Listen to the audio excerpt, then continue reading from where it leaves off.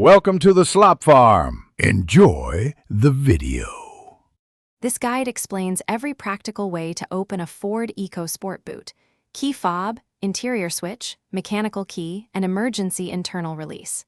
First, confirm the vehicle is unlocked and parked with the engine off. On the key fob, press and hold the boot button for 1 second to unlock the tailgate. You should hear a click. Inside the cabin, use the designated tailgate release switch or pull the mechanical lever. As a backup, fold the mechanical key from the fob and insert it into the lock cylinder under the handle to unlock manually. To open the Ecosport boot with the key fob, stand behind the vehicle within 3 to 5 meters for reliable signal reception. Press and hold the boot button for 1 second. The latch will release with an audible click and LED flashing on some models.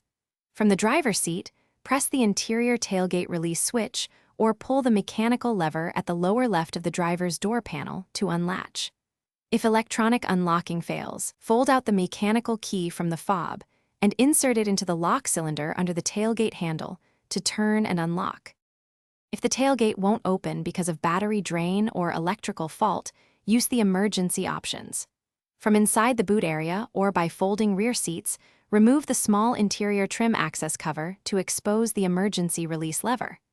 If the cover is held by 2 Phillips screws, remove them. If by clips, pry gently with a plastic trim tool or flathead.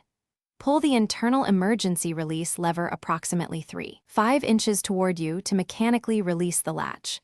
After opening, check the latch for debris and test electronic operation before closing. Thanks for watching. Consider subscribing if we helped you today.